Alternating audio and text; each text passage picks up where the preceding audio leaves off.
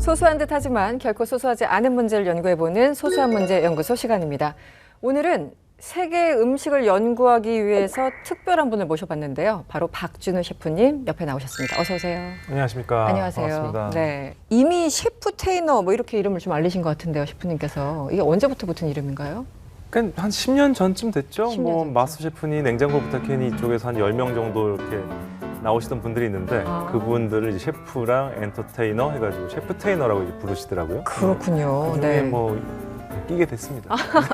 꽤 오래되신, 네. 최근에 사실은 그 OTT 바로 그냥 1위, 랭킹 1위 계속 뜨고 있어요. 네. 흑백 요리사가 인기입니다.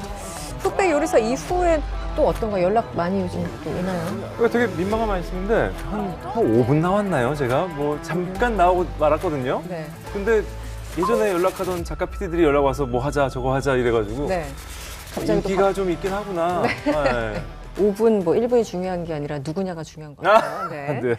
알겠습니다. 오늘 특별히 어떤 이야기를 들려주실지 궁금합니다. 네. 제가 이제 가지고 온 주제는 세계 음식 어디까지 알고 있나 네. 입니다.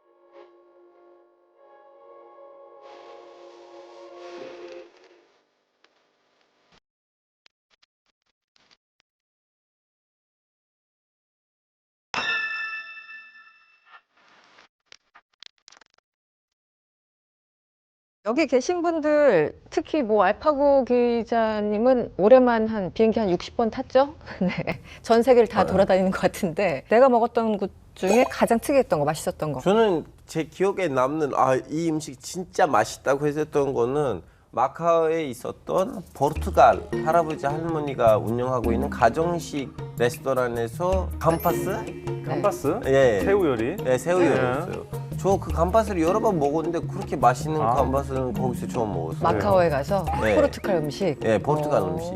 마카오가 이제 포르투갈 식민지였으니까 아, 그 그래서. 문화가 이제 남아있다고 하더라고요. 아, 그렇군요. 우리 간대호님 어떻습니까? 예전에 대만 갔을 때 네. 한 12월, 1월에 갔을 때 비가 오는 날 감기가 걸려서 그랬더니 대만 친구들이 오리탕 집을 데려갔어요. 오리탕. 대만 오리탕. 네. 그러니까 대만 사람들은 생강을 그러니까 우리나라 음식에 마늘 들어가는 거에 다 생강을 넣는다고 생각하시면 되거든요. 생강 진짜 많이 먹어요. 네. 그 오리탕 먹고 진짜 그 다음 날 거뜬하게 좀 이겨냈던 기억이 있습니다. 그래요? 효과가 있었군요. 네네. 이전 전 사실 맛있는 걸로 치면은 튀르키예 튀르키예. 음식. 저 일부러 튀르키예를 패스했어요. 얘기할 게 너무 많았어요. 센스 이렇게 있었어요. 얘기할 줄 알고 케밥 이런 거는 뭐 이제는 튀르키예 음식인지도 모를 정도로 네. 너무 전 세계에서 많이 서울은 파는 너무 많죠. 네, 그렇죠. 서울에 서울만 진짜 하더라도. 많고 튀르키예가 네. 제일 맛있었습니다. 그렇군요. 네. 그럼 제가 이번 계기를 좀 묻고 싶은 거 있어요. 네. 세계 3대 요리. 3대 요리. 자, 그걸 누가 정했어요? 왜냐면 제가 이 얘기를 했더니 이태리 사람들 너무 푼하더라고. 누가 마음대로 프랑스가 거기 있는지. 그렇죠. 삼대 네. 요리가 그러니까 어디 중국, 프랑스, 튀르키예. 중국, 프랑스, 튀르키예. 튀르키예. 그렇게 됐어요. 네. 뭔가 이렇게 기분이 언짢긴 누가 정한- 하네. 네. 그래서 이런 반응이었어요. 이거 누가 정한 거냐고? 네. 네. 혹시 적어도 저희 업계는 아니고요. 아, 네. 저도 이제 이런 불만을 많이 듣긴 하는데 아, 네. 일본 신문 기사에서 번역해서 이제 사용하고 있는 거다라는 얘기를 많이 해요. 네. 기사를 짤막한 화제성 기사를 하려면은 뭐 3개, 뭐 사실 5개도 많은 느낌이잖아요. 그쵸. 그래서 그쪽에서 많이 이제 다루셨던 기사를 한국에서 번역해서 많이 쓰신다고 하죠. 그러면 뭐 이태리 음식하고 프랑스 음식은 그렇게 달라요? 주위에 프랑스, 이탈리아 친구분이 없으시군요. 많은데. 그 얘기하면 되게 뭐라 그러지 않습니까? 네. 네. 근데 그 사람들 뭐라고 손절? 한다고 해서 진실이 변하지는 않습니다. 와, 그렇죠. 네. 둘 다 맛있다. 네. 셰프님 벨기에 오래 사셨다고 들었습니다. 네, 벨기에에서 한 7년 살았고 오. 파리에서 1년 살았고 한국 돌아왔습니다. 네. 파리에서 계셨고. 네. 네. 그럼 유럽 음식은 뭐 유럽 음식을 먼저 얘기하고 다니죠. 먼저 동서양의 식문화 차이라고 할까요? 어떤 게 좀 있을까요? 그러니까 동서양을 나누자면은 굉장히 이제 양분화해야 되는데 그러기엔 또 너무 세부적인 이야기들이 많지 않습니까? 네. 같은 동양에서도 같은 서양에서도 다른 부분들이 많지만은 제가 좀 고민을 해본 바로는 가장 큰 거는 이제 채소를 먹는 방식이 조금 다른 것 같아요. 네, 기존에는 뭐 간 얘기 많이 하죠. 서양은 너무 짜게 먹는다 뭐 네네. 이런 얘기 하지만은 이제 그거는 나라에 따라 사람에 따라 다른 것 같고 채소 같은 경우가 서양권이 좀 생으로 먹는 바로바로 먹는 샐러드류의 접근이 많은 것 같고요. 동양 같은 경우에는 이제 말려서 불려서 조리해서 좀 먹는 익혀 먹는. 네, 나물이 됐든 볶음이 됐든 네, 뭐 중국의 건 채소나 건 버섯들 네. 볶아서 많이 먹죠. 한국은 뭐 나물 워낙 유명하고요. 네. 이런 문화가 있다면은 서양 쪽에서는 그것보다는 네, 샐러드로 생으로 그때그때 뜯어서 먹는 생식 문화가 더 있지 않나. 네. 그리고 이제 간 같은 경우도 있는데 네. 간이 다른 이유는 서양에서는 좀 더 양념에 집중하는 것 같고 한국에서는 이제 국물을 먹는 문화다 보니까 그 염분이 퍼져 있는 형태가 다른 것 같아요. 그렇군요. 그래서 한국 사람들이 가서 먹으면 좀 짜다라는 얘기를 하는 경우가 그런 것 같습니다. 저는 좀 여쭤볼 게 있었는데 이건 외국 음식에 대한 거는 아닌데 네. 그 불닭볶음면 네. 그런 거 엄청 인기라 그러고 네. 실제로 외국 가면 정말 많이 파는 걸 네. 봤는데 네. 요새 아까 우리가 좀 국뽕 분위기이다 보니까 네. 뭐 K푸드 얘기 많이 하는데 실제로 그 유럽에서는 그러면은 이 한국 음식 네. 진짜 어떻게 반응하는지 진짜로 그 불닭볶음면을 시도하는 사람들이 그렇게 많이 있는지 네. 그런 거 좀 궁금해요.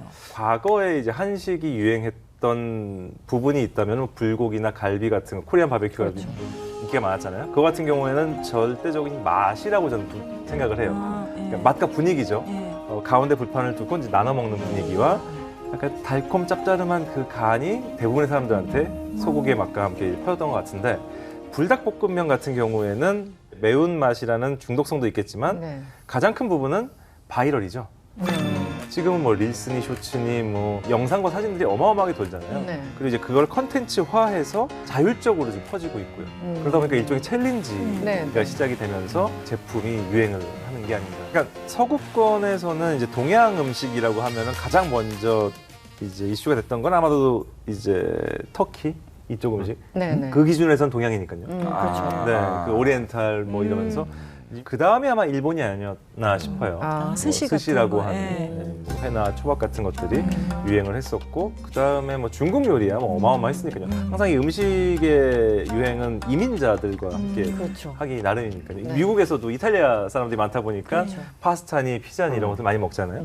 근데 이제 중국 음식이 있었고 베트남 음식이 있었고요. 특히나 재밌는 얘기가 케밥이 제일 맛있는 나라는 독일이라고 하고 카레가 제일 맛있는 나라는 영국이라고 하고요. 몇년 인도가 그다음에 쌀국수가 제일 맛있는 나라는 프랑스라고 하는 게 그게 사실은 식민지. 네, 그 식민지. 이민자들 때문에 그 문화가 형성이 되지 않나 싶은데 그러니까 중국과 일본, 베트남 이후에 태국 요리가 굉장히 유행을 했었고요. 네. 똠양꿍처럼 막 시고 맵고 단맛도 있고 네. 최근에는 이제 한국으로 넘어왔죠. 근데 과거에는 정부 차원에서 궁중 요리나 아니면은 좀 무난한 음식들을 많이 이렇게 홍보를 했던 것 같은데 네. 최근에는 젊은 층들이 SNS를 이용을 하면서 새로운 문화에 대한 궁금증에서 어떤 밈화된 것들 돌면서 이미지가 생겨버렸죠.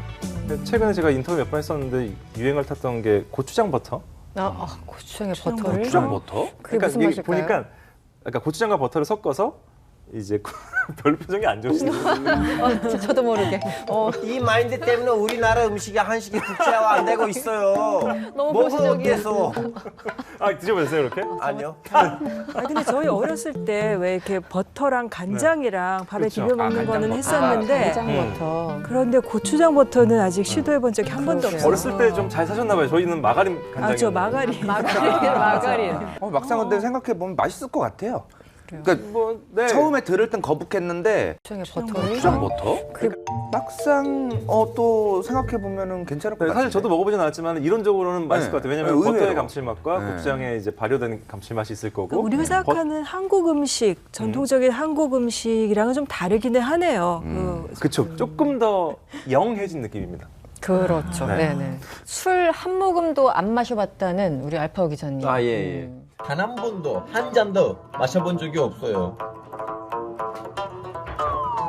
하지만 다양한 음식을 좀 접해주셨을 것 같은데 튀르키예는 우리 지금 뭐 이미 말했지만 미식의 나라잖아요. 이 중동 혹은 튀르키예만의 어떤 독특한 음식 있으면 좀 소개해 아니, 사실은 왜 튀르키예는 이렇게 미식의 나라 떴는지를 네, 네. 역사적인 설명이 돼 있어요. 아, 왜냐하면 좋습니다. 네. 튀르키예는 예전 이제 100년 전까지 오스만 제국이었잖아요. 그래서 오스만 제국이 어떤 시스템이냐면 새로운 땅이 이제 합류가 되면 그럼 이제 그 거기에다가 도지사가 임명돼가지고 거기 있는 문화, 음식, 인구, 종교 다 이렇게 보고서를 하고 수도에 보내요. 네. 그래서 예멘에 있는 그 커피 문화가 이스탄불에 와서 이스탄불에서 1500년대 커피숍이 생긴 거예요. 왜냐면 네. 예멘에 합류되면서 예멘에 있는 커피 문화 다 간 거예요. 그러다 보니까 모든 민족의 음식이 다. 궁전에 와요. 그래서 거기에서도 또 한 바퀴 지네들끼리 거기 있는 셰프가 야, 이 음식하고 이 음식 좀 섞여볼까 하면서 거기서 또 2차 생산이 있거든요. 네, 네. 그러다 보니까 이제 많은 음식 문화가 이스탄불 중심으로 이렇게 혼합하다 보니까 이러한 음식 문화가 탄생한 거고 제가 좀 약간 특이하다고 생각하는 음식이 뭐냐면 그 신문지 케밥이에요. 신문지 케밥? 이거 지금 말하면 진짜 한국에서는 이거 누구도 안 먹을 것 같은데 위생적으로 안 맞다고 했어요. 근데 저는 한번 먹어봤는데 너무 맛있었어요. 근데 뭐예요? 케밥은 신문지에다가 말라서 볶는 거예요. 그래서 먹을 때는 살짝 인생 느낌이 나와요. 그 잉크 냄새? 그 약간 진짜. 옛날에 그 충무김밥 그거 아닙니까? 예전에 기차 이동할 때 이렇게 근데 진짜 그 부대자루에다가 쌓아줬다고. 오븐에다가 넣어서 그 볶는데 그 온도를 제대로 정리하셔야 돼요. 왜냐면 온도가 높으면 신문지가 닿아요. 기술자들만 만들 수 있는 음식이래요. 저도 아 근데 그걸 반드시 신문지에 싸서 해야 된다는 거죠? 신문지였어요. 예. 신문지여야만 한다는. 예. 근데 이제 외국인들이 뭐 안 먹으니까 그런 좀 외국인들 다니는 레스토랑들에서는 신문지 아니고 일반 깨끗한 종이로 하려고 하는데 그 잉크 냄새가 나야지. 아, 그 맛이 안 나요. 제가 음식을 크게 가리지 않는 편입니다. 되게 무던한 성격이라고 얘기 많이 듣는데 네. 정말 어려웠던 게 다큐멘터리 촬영이 있어서 그 박찬일 셰프님과 둘이서 아이슬란드를 갔어요. 네. 그 다큐멘터리의 주제가 홍어였습니다. 네, 삭힌 홍어가 주제였어요. 전라도 음식 아니에요? 전 세계에서 3군데가 먹는데요. 아, 홍어를. 네, 그러니까 한국과 아이슬란드와 또 한 군데가 있는데 이제 와. 아이슬란드에 삭힌 홍어를 먹는다는 게 되게 새롭잖아요. 그래서 이제 상상도 촬영을 못했어요. 갔던 거죠. 네. 얘기를 들어보니까 어려웠던 시절에 그 지역에서 이제 뭐 홍어가 잡히는 거고 이제 두다 보니까 자연적으로 이제 삭혀지는 거죠. 그걸 먹었던 건데, 근데 한국의 홍어 같은 경우에는 이제 새콤한 맛이 있는 김치와 그 다음에 부드러운 맛이 있는 돼지고기 그리고 뭔가 그걸 싹 내려주는 탁주를 먹는 조합이란 말이에요. 삼합 약간. 예, 그러니까 요리적인 접근에서는 충분히 이제 공감이 가는 부분입니다. 근데 이제 아이슬란드에서는 삭힌 홍어에 양 기름을 뿌려서 먹어요. 네, 양갈비 스테이크나 양꼬치 드시면은 그 네, 네. 양 저 특유의 향이 오히려 나죠. 그런 거로 먹을 수 있을 것 같아요. 진짜로요? 왜냐면 양이 들어가면 또 저 유전자를 막을 수가 없잖아요. 양꼬치 좋아하시니까. 그렇죠. 아니 근데 약간 그 셰프님 말씀대로라면 우리가 그 삼겹살이랑 같이 먹는 거랑 네. 약간 좀 비슷한. 예, 맥이 통하는 근데 것 이제 같은 기름이니까. 이거 같은 예. 경우에는 양 기름을 정말로 추출을 해서 극대화합니다. 이 느낌이 어땠냐면은 물론 소금 간을 하긴 하는데 이 홍어를 씹으면은 뭔가 그 아모니아 특유의 네. 위로 이렇게 찌르는 느낌이 있잖아요. 그 강렬한 향과 함께 양기름의 그 무거운 녹진함이 혀 이렇게를 눌러주면서 형용할 수 없는 임팩트가 느껴집니다. 약간 상상이 좀 안 되기는 되긴 하네요. 하네요. 네. 네. 우리나라 그리고 참 네. 셰프님 나오신 김에 저 평소에도 이거 진짜 너무 궁금했었는데 미슐랭 가이드 있잖아요. 네네. 근데 그게 무슨 기준으로 어떻게 뽑는 건가? 그러니까 아마도 현지인들이 생각하는 음식 기준하고 식당 기준하고는 너무 다를 것 같은데 그러니까 미슐랭 가이드를 우리가 참고할 좋은 좀 팁 같은 거 그런 것 좀 주시면 좋겠어요. 글쎄요, 이게 자기들 나름대로 굉장히 평가의 기준을 비공개한다는 식의 인터뷰를 많이 합니다. 네. 그래서 정확한 잣들을 일반인들이 알 수는 없는데 대신 이제 뭐 별 같은 경우에는 별이 하나, 둘, 셋이 있지 않습니까? 요 등급을 나누는 기준만 한 문장 정도로 정리를 해놓은 거지. 말씀하시는 미쉐린 거죠. 인스펙터라고 이제 저희들은 이제 얘기를 하는데 네. 그 사람들이 이제 현지인인 경우도 있고 외국에서 출장을 온 경우도 있어요. 그 평가원들이 이제 9명 정도 이제 방문을 해서 음식을 먹어보고 이게 별을 줄 수 있는지 아니면 빕구르망이라고 하는 뭐 일종의 가성비 식당이라고 이제 평가를 하기도 하고 가장 원론적인 답변을 드리자면은 별보다는 빕구르망 가성비 식당이 일반인들이 가서 즐기시기에 가장 편안하고요. 좋죠. 네. 그다음에 나는 반드시 이 사람들이 선정한 별을 준 레스토랑 가고 싶다. 그러면 대부분 3스타 같은 경우에는 너무 비쌉니다. 네, 대부분 호텔 5성급 호텔에 있는 경우도 많고요. 네. 제가 한 번도 먹어본 적이 그래서 못 없거든요. 먹었구나. 그래서 별을 꼭 먹고 싶다 하는 경우에는 1스타나 2스타를 가는 편이죠. 그러니까 이 레스토랑들을 선호하시는 분들의 이야기는 이겁니다. 별을 하나 갖고 있으면은 별을 하나 더 따고 싶어서 열심히 할 것이다. 네. 별을 2개 가지고 있으면은 반드시 3개를 따고 싶으니까 셰프가 엄청나게 열심히 할 것이다. 네. 라는 얘기를 하면서 원투를 많이 가죠. 셰프님, 제가 그 라면도 실패하는 네? 진짜 네, 라면도 실패할 수 있어요, 사람이. 네. 그렇군요. 뒤에 조리법 있는 거 아시죠? 네, 그거 따라 했는데 맛없더라고요. 역시 라면은 누가 해줘야지 맛있는데. 그래서 저 같은 구정원 선배도 만만치 않을 것 같은데. 저는 커피 믹스도 제가 타면 맛이 없다라는 얘기 듣고 충격을 그렇죠. 받았어요. 네, 동지애를 느꼈어요. 그런데 저희처럼 이제 똥손들이 네. 집에서 정말 할 수 있는 간단한 요리법, 뭐 빵 하나라도 뭐라도 좀 맛있게 만들 수 있는 요리법을 팁을 주시면 어떻습니까? 우선 커피 믹스는 탔을 때 맛없으면 2개 넣으시면 되고요. 아, 어머. 그 생각을 네. 못했네요. 천재신데요? 아, 그 생각을 못했네. 그렇죠. 2개 넣어서 드시면 아주 진한 진한 달콤한 라떼를 드실 수가 있고요. 커피 해결. 네. 네. 해결.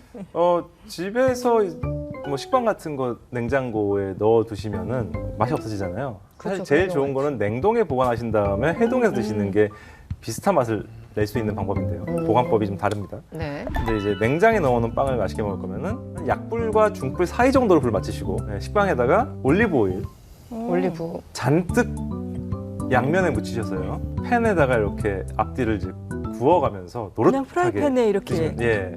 중불 안 됩니다. 중불과 약불 사이에서. 좀 왜냐면은 약하네. 소위 말하는 똥손이시라는 분들은 네. 중불에 다 태우시더라고요. 아, 저 미래를 보는 것 같아요. 네네네. 약간 보여가지고 미리 말씀드립니다. 네, 네. 어우, 저는 네. 중불에서 안 태우거든요. 네. 하지만 약불과 중불. 근데 요리 똥손의 심리를 너무 잘하시네요. 귀찮아가지고 다 포기하잖아요. 네. 네. 아. 네, 그렇게 해서 이제 구워 드시면 되는데 뒤지개를 이용해서 눌러가면서 구우시면은 바삭하게 그 뭐 옛날에 그 뭐였죠? 크러플? 뭐 이런 느낌으로. 눅눅해지지 않고 바삭한가요? 그렇게 눌러가면서 해도? 아, 눅눅해졌네 하시면 더 구우시면 돼요. 아, 그렇군요. 네네네네. 그 노릇하게 노릇하게. 토스트를 해서 드시면은 맛있습니다. 네, 셰프님 옆에서 감히 이런 말씀 드리는 것도 좀 그렇긴 한데 진짜 빵에다가 올리브유라면 라면을 만나면 뭐 안 맛있어서 그러면 버터 하나 넣으세요. 라면에 맛이- 버터. 라면에 버터? 예, 너무 달라지고 너무 맛있었어요. 오, 생각도 못했는데요. 세상은 넓고 먹을 건 정말 많습니다. 아, 그 수많은 음식들 중에서 우리 박 셰프님께서 이거는 죽기 전에 꼭 한번 먹어봐야 된다. 하시는 음식 있으시면 음식이라는 거는 취향이라서. 취향이니까요. 네네, 맞아요. 홍어를 네. 좋아하는 사람과 싫어하는 사람이 있지 않습니까? 아, 그렇죠. 그리고 소고기를 좋아하는 사람과 싫어하는 네. 사람이 있어요. 그래서 뭐 만약에 반드시 하나 드셔보셔라 한다면은 네. 방송에 나오는 셰프 요리 한번 먹어봐라. 방송에 나온 셰프. 왜냐면은 만족하든 실망하든 어떤 아이디어가 생기잖아요, 머릿속에. 방송에서 너무 멋지지 않습니까? 셰프들이 요리를 하고 맛있어 보이고 뭐 다큐멘터리도 있고 아니면은 리포터가 나가기도 하고. 네네. 하지만은 방송에 나가는 셰프의 요리 이런 것들을 먹어보지 않고서는 현실을 모른단 말이에요. 그렇죠. 그것도 재미일 수 있고 그다음에 어떤 결론을 얻을 것이다. 네. 정도의. 새로운 공부를 하거나 새로운 운동을 하는 게 건강에도 그리고 기분에도 굉장히 영향을 미친다고 하죠. 새로운 음식도 마찬가지가 아닐까 싶습니다. 오늘 저녁이라도 한번 새로운 음식 시도해 보시는 게 어떨까 생각해 봤습니다.